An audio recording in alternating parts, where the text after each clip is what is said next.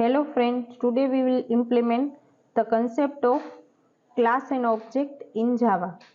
તો my clips માં આપણે ઓપન કરી લેશું એક આપણો ક્રિએટ કરેલો પ્રોજેક્ટ, રાઈટ? અને અહીંયા ડેફિનેશન છે define a class employee having data member id and name, access those member in main method using the object. એક આપણે બહુ સિમ્પલ પ્રોગ્રામ ઇમ્પ્લિમેન્ટ કરીએ.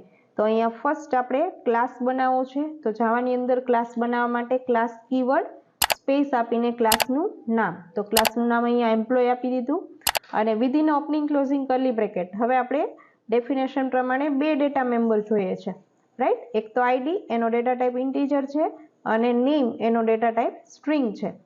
તો એક ક્લાસ બની ગયો. ક્લાસની અંદર ખાલી ડેટા મેમ્બર જ છે, અત્યારે મેથડ નથી. હવે આ ક્લાસના ડેટા મેમ્બર એક્સેસ કરવા માટે ઓબ્જેક્ટ બનાવીએ. તો એમ્પ્લોય ક્લાસનું નામ, ઓબીજે ઓબ્જેક્ટનું નામ is equal to new employee round parenthesis. આ જે છે એ ડિફોલ્ટ કન્સ્ટ્રક્ટર આપણે સ્પેસિફાઈ કરેલું છે, એમ્પ્લોય અને રાઉન્ડ પેરેન્થેસિસ બ્લેન્ક. હવે ઓબ્જેક્ટ ઓબીજે થ્રુ આપણે મેમ્બર એક્સેસ કરી શકીએ ડોટ ઓપરેટર યુઝ કરીને. તો OBJ dot ID is equal to 1 અને OBJ dot name is equal to double કોટમાં આપણે નેમ આપી દઈએ, બરાબર? તો આ રીતે ડોટ ઓપરેટરનો યુઝ કરીને ઓબ્જેક્ટના નેમની સાથે આપણે ક્લાસના ડેટા મેમ્બર એક્સેસ કરી શકીએ.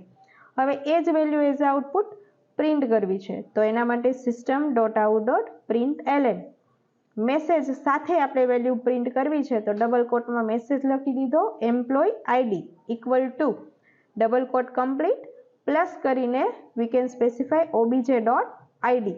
તો ઓબ્જેક્ટનું નામ, ડોટ ઓપરેટર અને ડેટા મેમ્બરનું નામ, આ રીતે ડેટા મેમ્બર છે એ એક્સેસ થાય, બરાબર? જાવાની અંદર default access specifier within package public હોય એટલે આ રીતે એક્સેસ થશે.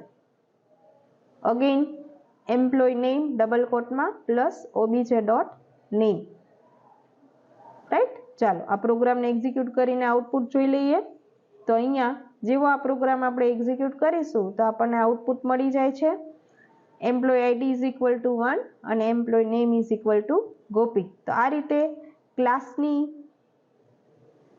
જાવાની અંદર ક્લાસ ડિફાઇન કરીને એનો ઓબ્જેક્ટ ક્રિએટ થાય અને ક્લાસની અંદરના ડેટા મેમ્બર છે એ ઓબ્જેક્ટની સાથે ડોટ ઓપરેટરનો યુઝ કરીને એક્સેસ કરી શકાય. Thank you.